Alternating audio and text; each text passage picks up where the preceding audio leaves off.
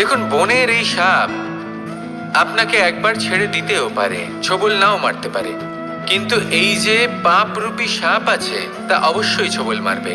কর্ম যদি করেন তাহলে অবশ্যই ফল পাবেন। সেই জন্য যখনই কোথাও যাবেন, যদি এমন কাউকে দেখেন, যদি এমন কিছু দেখেন যে আপনাকে পাপ করতে বাধ্য করছে, তাহলে সেই মুহূর্তে সেখান থেকে পালিয়ে যান। যেমন বনের সাপ দেখে আপনি পালাতে থাকেন। সৎকর্মের রক্ষা অত্যন্ত আবশ্যক। আসুন আর আমার সাথে ভালোবেসে বলুন, রাধা রাধা। অন্ধকারাচ্ছন্ন রাত্রি যদি এসে থাকে, তাহলে আলোকিত প্রকাশ নিয়ে সূর্যও অবশ্যই আসে। রোগ যদি এসে থাকে, তাহলে তার ওষুধও অবশ্যই আসে। সমস্যা যদি আসে, তাহলে সেই সমস্যার সমাধানও নিজে থেকেই আমাদের কাছে চলেই আসে। এই সংসার, এই জীবনের শুধুমাত্র একটাই নিয়ম আছে, আর তা হলো এটাই: এই সংসার হলো একটা চক্রের মতো। এতে শাশ্বত বলে কিছু নেই, নিত্য বলে কিছু নেই, আর যা কিছুই রয়েছে সব বদলাতে চলেছে। যদি আপনার জীবনে দুঃখ থাকে, সমস্যা থাকে, যদি আপনি বিপদ দ্বারা আচ্ছন্ন, তাহলে মনে রাখবেন সবকিছু বদলে যেতে চলেছে। দুঃখের সময় কাঁদবেন না, মনকে আরো দুঃখী করে তুলবেন না, কারণ এখানে যা কিছুই এসেছে তা যাওয়ার জন্যই এসেছে। তাহলে এত চিন্তা কিসের? আনন্দ সহকারে জীবন যাপন করুন, আর আমার সাথে ভালোবেসে বলুন, রাধা রাধা। মনুষ্য জীবনের সব থেকে বেশি গুরুত্বপূর্ণ বিষয় হলো মনের একাগ্রতা। এই সংসারের যে কটি মহান কার্য সম্পাদন হয়েছে, তা হলো মনের এই একাগ্রতার একমাত্র ফল। আপনি অবশ্যই দেখে থাকবেন, অনেক ছোট বড় নদী যা বয়ে চলে, তাদের সামনে একটা বাঁধ নির্মাণ করা হয় সেই সব নদীর জল সঞ্চয় করতে। বাঁধ হয়ে গেলে প্রয়োজন মতো বা মনের ইচ্ছে মতো তাকে ব্যবহার করা সম্ভব। এবার এটাই আমাদের মনের সাথেও সম্ভব। আমাদের মনের একাগ্রতা আজকের দিনে দাঁড়িয়ে বিভিন্ন ধরনের বিকার, ক্রীড়া এবং ভোগের মধ্যে ভাগ হয়ে গেছে। একে একত্রিত করতে হবে, একটা বাঁধ নির্মাণ করতে হবে, কর্মের বাঁধ। আপনাকে শুধু এটাই করতে হবে, যেটা উচিত কর্ম সেটাই করুন, যেটা অনুচিত কর্ম সেটা করা থেকে নিজেকে বিরত রাখুন। ব্যাস, এই কাজটাই আপনি করতে থাকুন। মনের মধ্যে একাগ্রতার বাঁধ নির্মাণ করুন, আর একবার যদি তা নির্মাণ হয়ে যায়, তাহলে যখন চাইবেন, যেখানে চাইবেন, যতটা চাইবেন, একাগ্রতা প্রয়োগ করতে পারবেন। আর একবার যদি আপনি এটা শিখে যান, তাহলে এই সংসারকে বদলে ফেলার মতো কাজ আপনি করতে পারবেন, সমাজকে শোধরাবার মতো কাজ করতে পারবেন। তাহলে এই মনকে একাগ্র করুন, আর আমার সাথে ভালোবেসে বলুন, রাধা রাধা। যদি কোনো সিংহ বানরের মতো গাছে চড়তে চেষ্টা করে, তাহলে কি হবে? একটা মাছ যদি মাটিতে হাঁটতে চেষ্টা করে, তাহলে কি হবে? তারা বিফলই হবে। কিন্তু এরকম কেন হয়? তার কারণ হলো প্রকৃতির রচনা কিছুটা এরকম। এখানে প্রত্যেকটি ব্যক্তিকে, প্রত্যেকটি প্রাণীকে আলাদা আলাদা গুণের অধিকারী করা হয়েছে, এবং সকলকে একটা সীমাও প্রদান করা হয়েছে। এবার এই যে বৃক্ষ, পশু, পাখি, এদের মধ্যে সেই ক্ষমতাই নেই যে এরা নিজেদের যাচাই করতে পারবে, নিজেদের সীমাগুলো বুঝতে পারবে, নিজেদের সদ্গুণগুলো চিনতে পারবে। এরা সেটা করতে পারবে না। কিন্তু মানুষ তো আলাদা। মানুষের কাছে সেই বিশেষ শক্তি আছে যে তারা পূর্ণরূপে নিজেদের যাচাই করতে পারবে, নিজেকে পূর্ণরূপে বুঝতে পারবে, নিজের দোষ, নিজের অপগুণ, নিজের সদ্গুণ, নিজেদের সীমাগুলো তারা বুঝতে পারবে। আর এটা অত্যন্ত গুরুত্বপূর্ণ। কথায় আছে যে যদি সাফল্য লাভ করতে হয়, তাহলে নিজেকে যাচাই করে নিতে হবে। তাই নিজেকে যাচাই করুন, নিজের সাথে পরিচিত হয়ে যান, এবং জীবনে কর্ম করতে থাকুন। সাফল্যের শিখরে অবশ্যই পৌঁছে যাবেন। আর ওখানে যদি যান, তাহলে এই মন প্রসন্ন হয়ে অবশ্যই বলবে, রাধা রাধা। আমরা সবাই ফল খাই, কিন্তু আমাদের সেই ফলই প্রিয় হয় যে পরিপক্ক হয়ে ওঠে, যেটা নম্র হয়, আর যে ফল অনেক বেশি মিষ্টি আর সুস্বাদু হয়ে থাকে, যাদের রঙে বাহার দেখা যায়। সেইভাবে জীবনে আমরা নানান মানুষের সাথে পরিচিত হই, কিন্তু সেই মানুষই আমাদের মন ছুঁয়ে যায় যারা বিনম্র স্বভাবের, যাদের বাণী খুব মধুর, যাদের অন্তরে আত্মবিশ্বাসের একটা তেজ, একটা রং দেখা যায়। এবার এমন ব্যক্তি আমরা কি করে হব? ঠিক সেইভাবেই যেমন একটা ফল রোদ, বর্ষা, শীত, বায়ু এই সকল সংকটময় পরিস্থিতির সম্মুখীন হয়ে পরিপক্ক হয়ে ওঠে, সেইভাবেই মানুষ সংকটময় পরিস্থিতির সম্মুখীন হয়ে পরিপক্ক হয়ে ওঠেন।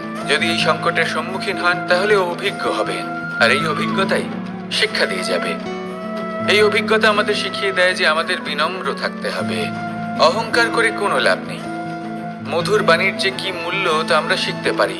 এই অভিজ্ঞতাই আমাদের বুঝিয়ে দেয় যে উচিত অনুচিত কোনটা আমাদের দৃষ্টিভঙ্গি তৈরি করে, আর এই দৃষ্টিভঙ্গি দ্বারা আত্মবিশ্বাস জাগ্রত হয়। সেই জন্য জীবনে কখনো বিপদ থেকে দূরে পালাবেন না, সেগুলোর সম্মুখীন হন, অভিজ্ঞতা লাভ করুন, তার থেকে শিক্ষা লাভ করুন, এইভাবেই পরিপক্ক হবেন। আসুন আমার সাথে ভালোবেসে বলুন রাধা। কনক কি সুন্দর একটা শব্দ। এর অনেকগুলো রূপ রয়েছে, অনেকগুলো অর্থও রয়েছে। প্রথম অর্থ হলো স্বর্ণ, অর্থাৎ সম্পত্তি। দ্বিতীয় অর্থ ধুতুরা, অর্থাৎ গাছের ছোট একটা বীজ, যা কিনা অত্যন্ত শক্তিশালী হয়। যদি বেশি মাত্রায় এর প্রয়োগ করা হয় তাহলে এটা বিষময় হয়ে উঠতে পারে। এই হলো সেই ধুতুরা যার প্রয়োগ মহাদেবের পুজোতে করা হয়। এবার প্রশ্ন হলো এটাই যে এই স্বর্ণ এবং এই ধুতুরার মধ্যে মিল কি রয়েছে? মিল হলো এটাই যে এই দুটোই মানুষকে মত্ত করে তোলে।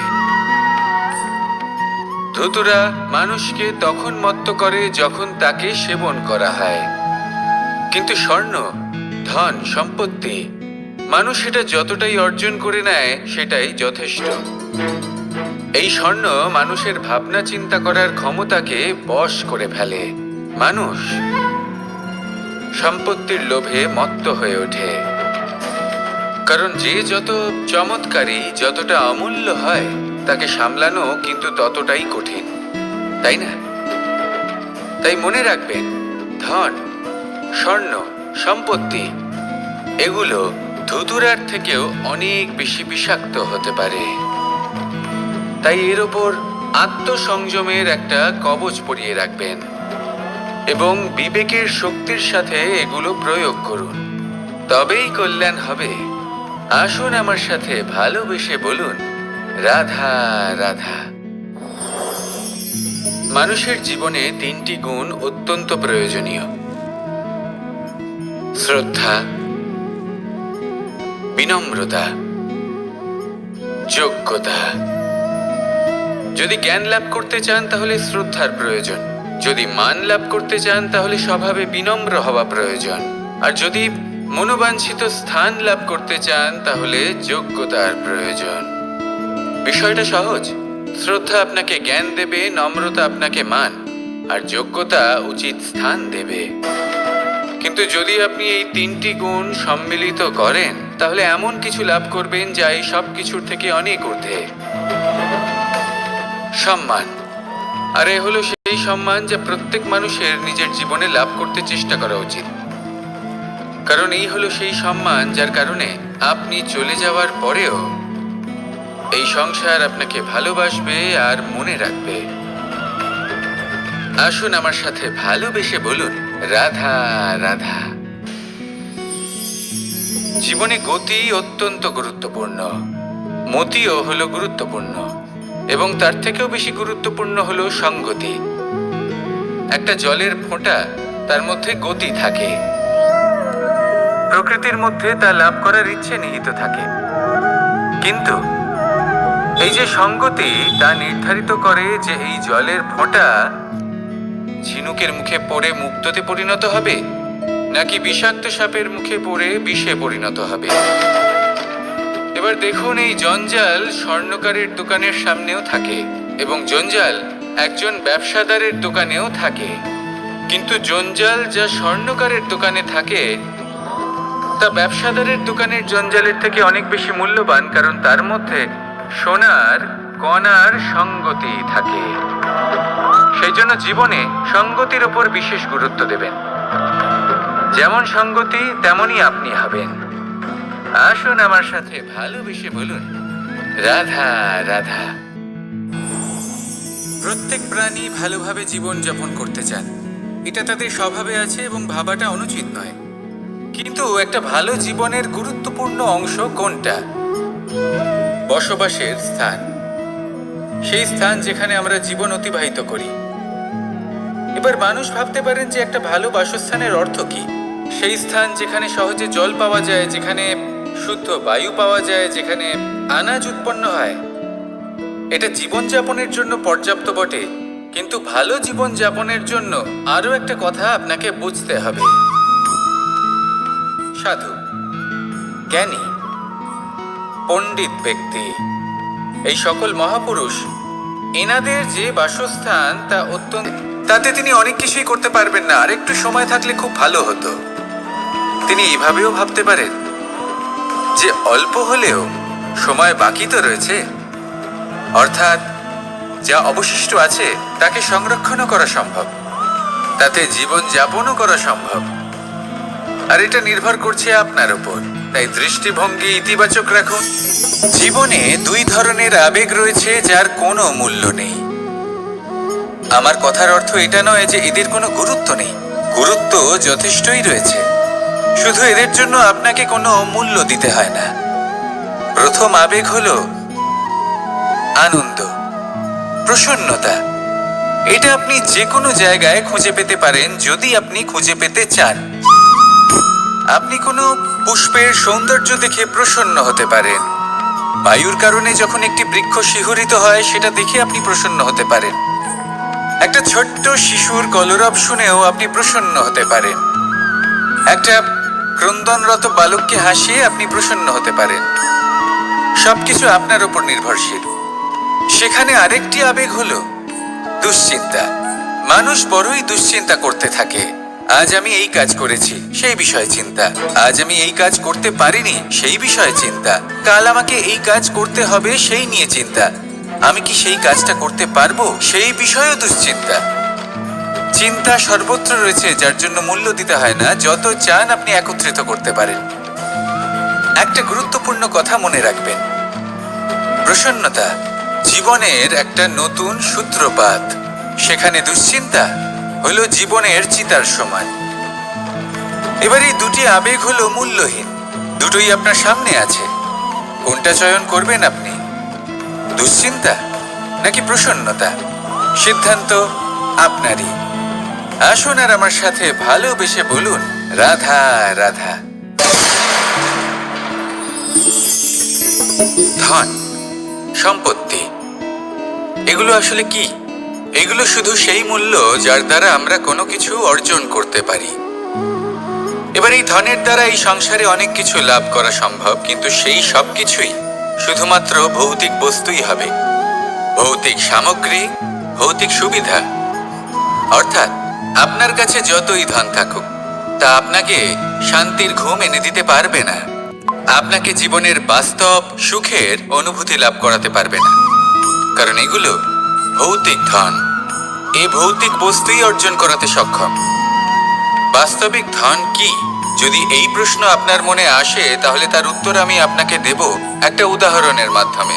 কখনো আপনি শুনে থাকবেন যে একজন পিতা আজীবন অনিষ্ট করেন, অনর্থ করেন, খারাপ কাজ করেন শুধু ধন অর্জনের জন্য। তিনি ভাবেন যে আমি ধন অর্জন করব আর নিজের সন্তানকে একটা উজ্জ্বল ভবিষ্যৎ প্রদান করব, একটা সুখ স্বাচ্ছন্দ্যময় জীবন দান করব। এবার সন্তান যখন জন্ম লাভ করে, তখন সে ভাগ্যের জোরে সেই ধন ভোগ করে। যেরকম সে পায় সেরকমই তার ব্যবহার সে করে। কখনো আপনি এটাও দেখে থাকবেন যে সেই সন্তান সমস্ত ধন নষ্ট করে ফেলে, আর সেই পিতা যিনি সমস্ত ধন সঞ্চয় করেছেন, যিনি সেই ধনের প্রভু, আজ সেই ধনের প্রহরী হয়ে রয়েছেন। এবার এরকম কেন হয়? এরকম তখনই হয় যখন সেই পিতা বুঝতেই পারেন না যে তার জীবনের আসল ধন কি। সেই আসল ধন তার সন্তানকে সে দিতেই পারে না। যদি পিতা তার সন্তানকে কর্মের জ্ঞান দিতে পারেন, উচিত কোনটা অনুচিত কোনটা সেই শিক্ষা দিতে পারেন, সংস্কারের প্রকৃত শিক্ষা দিতে পারেন, তবে সেটা ধনের থেকে অনেক বেশি গুরুত্বপূর্ণ। এটাই হলো জীবনের বাস্তব ধন। আপনি সেই কথা তো অবশ্যই শুনে থাকবেন, কুসন্তান হলে ধন সঞ্চয় করে কি হবে? সুসন্তান হলে ধন সঞ্চয় করে কি হবে? সন্তান যদি কুপুত্র হয় তাহলে সব নষ্ট করে ফেলবে, আর সন্তান যদি সুপুত্র হয় তাহলে ধন থাকুক না থাকুক সে নিজেই কর্মের পথে অগ্রসর হয়ে ধন অর্জন করবে আর নিজের জন্য এক উজ্জ্বল ভবিষ্যৎ করে তুলবে। তাই সন্তানকে সম্পদ দেওয়ার আগে কর্মের জ্ঞান দান করুন, সুশিক্ষা দিন, কারণ এটাই হলো জীবনের প্রকৃত ধন। আসুন আর আমার সাথে ভালোবেসে বলুন, রাধা রাধা। একবার একটা শেয়াল বনে বিচরণ করছিল।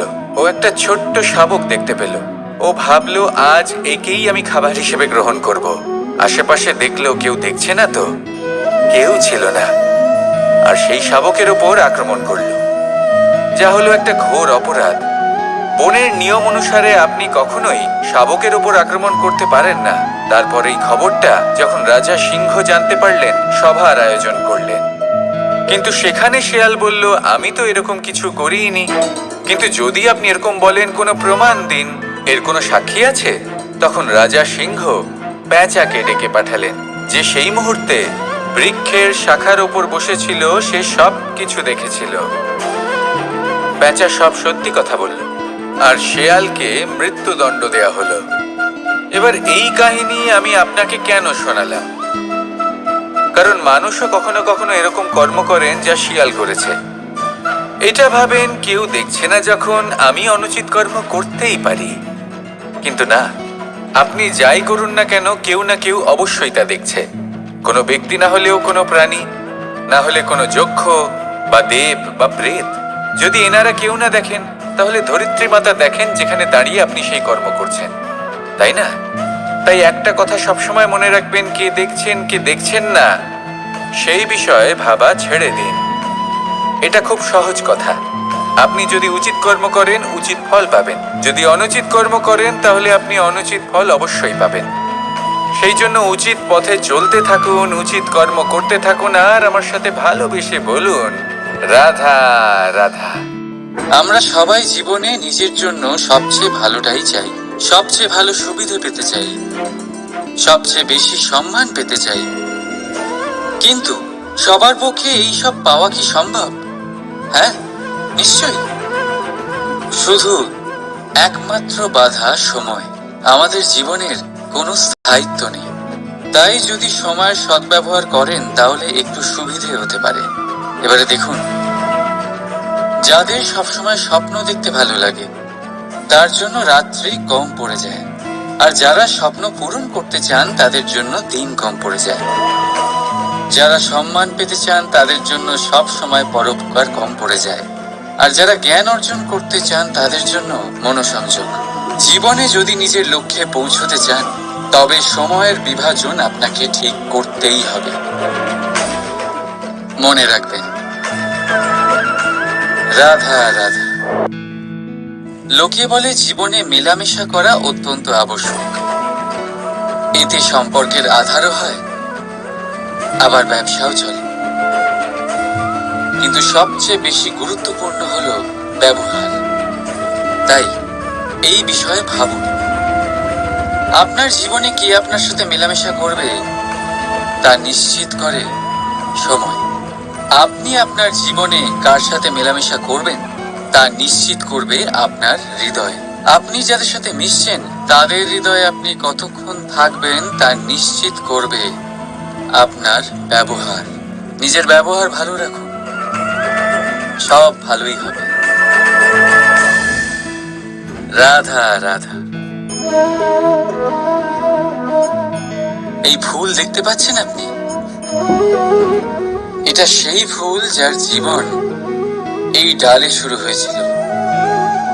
দর্শকদের চোখে প্রশংসা দেখলো সে। মধুর লোভে মৌমাছিরা এলো, আর তার ওই ছিল না। এবার এই ফুল হয় দেবতাদের সজ্জায় ব্যবহৃত হবে, নয় কোনো কন্যার গয়নায় গাঁথা হবে, আর নয় কারোর প্রেম প্রদর্শনের মাধ্যম হবে। দেখুন, জীবনে নিজের লক্ষ্যে পৌঁছতে হলে যাত্রাকে ভয় পেলে চলবে না। নিজের অস্তিত্ব তৈরি করতে হলে তাদের ছায়া থেকে আপনাদের দূরে যেতেই হবে, যারা আপনাকে অস্তিত্ব প্রদান করেছেন। এটাই জীবনের নিরন্তর সত্য। রাধা রাধা। আমাদের সকলের জীবনে কখনো না কখনো পাথর দ্বারা আঘাত লাগেই, আর এই সংসারও আমাদের ওপরে কখনো না কখনো পাথর বর্ষণ করে, কখনো আমাদের খারাপ ভেবে, আর কখনো আমাদের অসফল ভেবে, কখনো আমাদের বুদ্ধিহীন ভেবে। কারণ অনেক আছে, কিন্তু এই পাথর দ্বারা আমরা আঘাত পাবো কি পাবো না তা সম্পূর্ণ আমাদের হাতে। হয় আপনি এই পাথরের আঘাত পেয়ে চোখের জলে ডুবে থাকতে পারেন, আর নয়তো যদি আপনি চান তাহলে এই পাথর দিয়ে সেতু বানিয়ে সকল সমস্যার সাগর অতিক্রম করতে পারেন। সিদ্ধান্ত আপনার। এই পাথর এ হলো প্রতীক আমাদের নিন্দার, আমাদের আলোচনার। যে এই আলোচনা নাকারাত্মকভাবে দেখবে সে শুধুমাত্র কষ্টই পাবে, আর যে এই আলোচনাকে নিজের বিকাশের আধার বানাবে সেই সাফল্যের চূড়ায় পৌঁছবে। তাই মনে রাখবেন, আলোচনা আপনার শত্রু নয়, আপনার সবচেয়ে বড় মিত্র। রাধা রাধা। মিষ্টি জল সবার পছন্দ, কিন্তু নোনতা জল কেউ পছন্দ করে না। এইবার ভাবার বিষয় হলো মুক্ত, যা সমুদ্রের গহ্বরেই তৈরি হয়। নোনতা জলের মধ্যে থেকেই প্রতি মুহূর্তে অন্য প্রাণীদের থেকে বেঁচে নিজের অস্তিত্বকে বাজি রেখে ঝিনুক মুক্ত প্রদান করে থাকে। কখনো ভেবেছেন কেন? কারণ সংকটের সম্মুখীন না হয়ে, চরম পরিস্থিতির সাথে না জড়িয়ে আপনার কখনোই সুখ প্রাপ্তি হবে না। তাই নির্ভীক হয়ে সংকটের সম্মুখীন হন, আর আমার সাথে ভালোবেসে বলুন রাধা রাধা। আমরা সকলেই সময়ের গুরুত্ব বুঝি। সময় আমাদের তৈরি করে, আর সময়ই আমাদের নষ্ট করে দেয়। কখনো ভালো সময় আসে, আর কখনো ভীষণ খারাপ সময় আসে।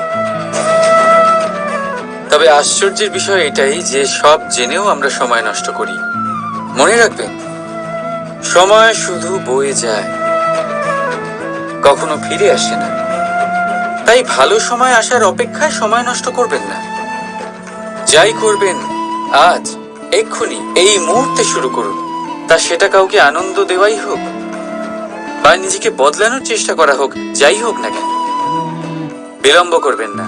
কারণ সময় শুধুমাত্র তাকেই সঙ্গ দেয় যে সর্বদা সময়কে সম্মান করে। রাধা রাধা। কোথায় আছে সবকিছুর সীমা থাকে, মুশকিলের, কষ্টের, সংকটের, অন্ধকারের। যার কোনো সীমা নেই তা হলো কেবলমাত্র কঠোর পরিশ্রমের। আপনি নিশ্চয়ই দেখেছেন, রাত্রি যতই অন্ধকারময় হোক, তারারা পরিশ্রম করে তার সাথে লড়তে থাকে, আর অবশেষে সকাল হয়েই যায়। ঝড়ে পাখিদের বাসা ছিন্ন বিচ্ছিন্ন হয়ে যায়, কিন্তু পাখিরা নিজের পরিশ্রম দ্বারা তা আবার বানিয়ে নেয়। কারণ যা সীমিত তাকে অসীমের কাছে হারতে হয়, আর পরিশ্রম অসীম। রাধা রাধা। প্রবাহিত নদী কত সুন্দর হয়, বলিষ্ঠ হয়। যেদিক দিয়ে বয়ে যায় সেখানে এক নতুন জীবন প্রদান করে,